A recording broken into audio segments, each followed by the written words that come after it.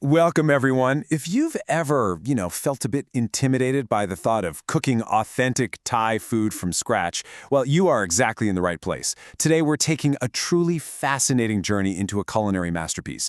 We're looking at a traditional Thai pork belly and morning glory curry, known as Kaeng Tay Po. Now, this explainer is designed specifically for beginners, and we are going to break down the ancient, foundational techniques that make this dish just so incredibly special. Okay, let's dive into this. So what is the secret to a perfect, rich, aromatic Thai curry without using a single drop of processed cooking oil? As a beginner, you might think you need to just pour in a heavy glug of vegetable oil to fry your curry paste, right? But traditional Thai cooking is a whole different ballgame. It relies on brilliant ingredient chemistry and technique, not modern shortcuts. By the end of this explainer, you're going to understand exactly how to unlock the natural oils hidden right inside your ingredients. Here is our roadmap for today's explainer. Number 1, prepping for curry success. 2, cracking the coconut milk. 3, building the perfect base. 4, the green vegetable secret. And finally, 5, perfecting the flavor balance. Let's start with Section 1, prepping for curry success, or the secrets hidden in the morning glory. Incredible flavor in Thai cooking actually starts long before you even turn on the stove. The star vegetable of Kaeng Tay Po is Thai morning glory, and how you prep it literally makes or breaks the dish. First, snap the stems by hand. Don't reach for a knife for this initial prep.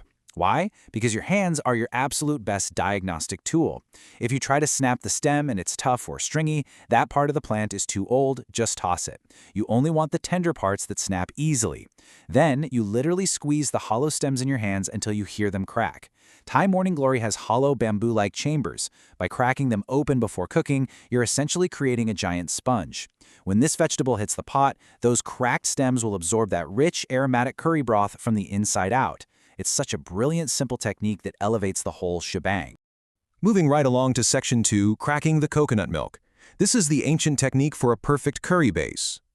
Now, what's really interesting about this is that the secret to cooking without processed oil lies in a traditional technique called coconut milk cracking, or in Thai, Gati Taek Man. Remember earlier when I asked how we cook this without cooking oil? Well, here is your answer. Instead of using vegetable oil, traditional Thai cooks take thick, rich coconut cream, basically the head of the coconut milk, and they simmer it. By gently reducing it, the water evaporates, and the pure, fragrant coconut oil naturally separates and floats right to the surface. We then use this beautifully fragrant, naturally extracted coconut oil to fry our curry paste. It extracts the deepest, most authentic aromas from the red curry paste in a way that regular cooking oil simply cannot replicate. So how do we actually execute this? It's kind of like a little science experiment, so follow these steps closely. You simmer that thick coconut cream over medium heat. You want to stir it continuously. Suddenly, you're going to see a magical transformation.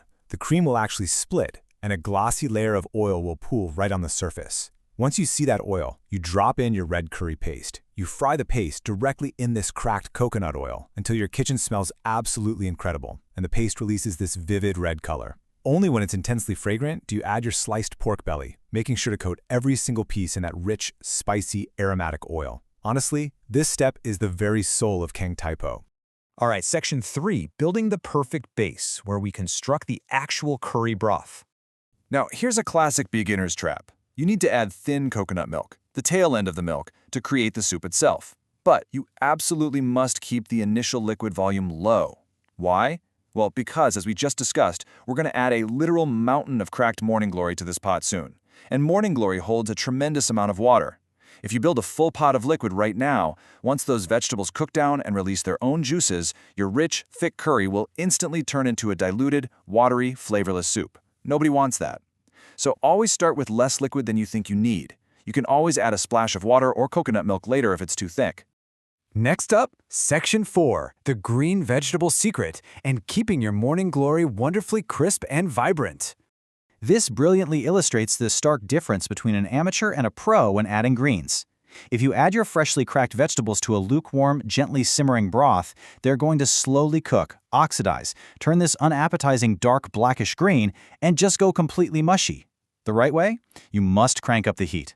Wait until that curry base is at a rolling, violent boil. When you drop the morning glory into a violently boiling broth, the intense heat instantly shocks the vegetables. It cooks them rapidly while locking in that stunning, vibrant green color and a pleasant, slightly crisp texture. Push them down into the liquid quickly and just watch them transform. Finally, we reach Section 5, Perfecting the Flavor Balance. These are the golden rules of Thai seasoning. Thai food is famous worldwide for its complex, perfectly rounded interplay of flavors, and getting this right is kind of your final test. Let's analyze the exact taste profile you're aiming for with Kaeng Tay Po. It's a beautiful dance of 4 tastes. The leading flavors hitting your palate should be sweet, coming from rich palm sugar, pushing gently against salty. Now, a massive tip for beginners here. Your red curry paste already contains a lot of salt and shrimp paste, so when you reach for the fish sauce, go incredibly easy. Taste it first. Following those lead flavors are the trailing notes, a slight sourness, which we'll discuss in just a second, and a mild spiciness from the red curry paste. It shouldn't be overwhelmingly spicy. It should be rich, mellow, sweet, and savory. Now about that sourness. When you add your tamarind juice to build the sour profile, wait, don't add all your sourness yet. You really have to leave room on the palate. Kaeng Tay Po has a very specific signature aroma and a secondary punch of tartness that comes at the very end of the cooking process. If you make it perfectly sour with the tamarind right now, it is going to be overwhelmingly sour later. Timing the kaffir lime is literally everything. At T-minus 10 minutes, you're simmering your pork and letting the vegetables soften. At T-minus 1 minute, your curry is fully cooked, the pork is tender, the morning glory is perfect. What do? You turn off the heat entirely. Only at absolute 0, with the stove completely off, do you introduce the fresh kaffir lime juice and the rind. So the crucial point is this absolute golden rule. If boiled early, the essential oils change, ruining the flavor profile. Kaffir lime is highly volatile and delicate. It's the defining characteristic of Kaeng Tay Po. If you boil that lime juice, it actually turns bitter, the aroma burns off, and the dish is basically ruined. But by turning off the heat first, the residual warmth of the curry gently releases those fragrant citrus oils without destroying them, infusing the whole pot with this intoxicating, perfumed aroma. To finish the masterpiece, these are your final additions. Squeeze in that fresh kaffir lime juice, making sure absolutely no seeds fall in. Toss in the actual rind or peel of the lime. Yes, chuck it right into the pot. Tear up some fresh kaffir lime leaves and make sure to pull out that tough center stem to release even more of those oils, and scatter some sliced red chilies for a pop of gorgeous visual color. Serve this rich, aromatic, perfectly balanced curry over a steaming bowl of healthy, brown jasmine rice, and you have just created a traditional Thai masterpiece from scratch. Which leaves us with this final thought. You've just learned how to test vegetables by hand, crack coconut milk to extract its natural cooking oils, control liquid volume, manage temperatures to shock vegetables green, and balance delicate heat-sensitive citrus oils.